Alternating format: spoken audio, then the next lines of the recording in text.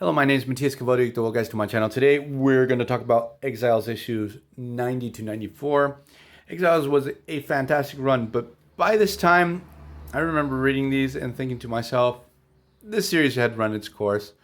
It should have been canceled very gracefully while they're still up there, but they brought Chris Claremont on board and he tried so many things and nothing just really worked. Like, be it on Exiles, he also got back on X-Men and Excalibur during this time. And he sort of just lost his creative edge. I still think that his stuff on X-Men back in the 80s was all pure gold. But in the early 2000s, oh man, Chris Claremont wasn't the best at all. So in these issues, we have the Exiles dealing with the mission that went wrong. We also have the subplot of Proteus being in Morph's mind, that he has like this little device to keep Proteus in check. Morph has no idea that Proteus is in there. And so we have a whole subplot of what happens when Proteus gets out, which I'm actually missing that conclusion to that particular story arc. Also, we have Claremont building up to the big crossover between Exiles and Excalibur, where we have both teams having to deal with Mad Jim Jaspers, Merlin, Roma, the collapse of the multiverse, the Furies, the whole 9 yards. That story itself, it's pretty good. At least you feel like you get a satisfying conclusion for both series, even though Exiles still puttered on after that. So we get the setup for a whole situation where the Exiles went on a mission, things went wrong. A lot of the members got captured on the Earth that they were trying to fix. So what happens is they call in a new member, and Chris Claremont has like an obsession with certain characters, especially female characters.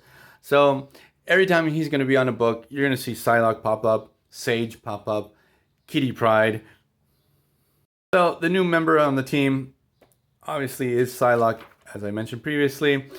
Sabretooth is sent to welcome her on the team and looks totally aggressive, and we get this really forced fight between both characters. Like, I wouldn't approach a new member of the team like this. I feel like Mr. Creed, who is a guy that's shown to have some common sense, or he's really stupid, or we have poor writing, just because it's a very poor excuse for a battle. We know that Psylocke has a lot of bad blood for Sabretooth. Almost killed her twice. So after a very poor superhero misunderstanding, Psylocke realizes that she's being recruited to this transdimensional team that tries to fix realities, and they have to rescue Blink, Longshot, and Spider-Man 2099. They get trapped on this Earth that's been taken over by Hydra, and the new Madam Hydra is actually Invisible Woman. And what happens is when the Exiles arrive, they discover this is Resistance being led by Reed Richards, and he's teamed up with Elektra. One cool moment is we have a battle between Mr. Creed and Hydra Cap, this other Hydra Cap from another dimension.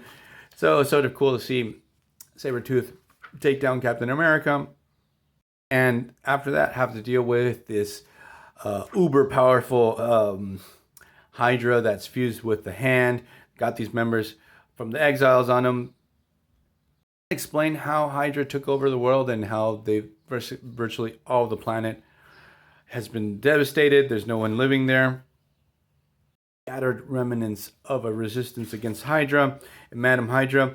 Also, we get the return of Master Assassin or something like that. That's the name of this dude.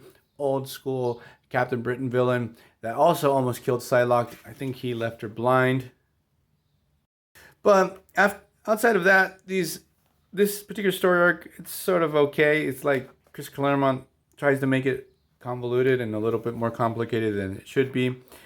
And it just becomes a little bit of a chore. It overstays its welcome. It's 4 issues long. It should have been 2 at most. Obviously, our heroes saved the day.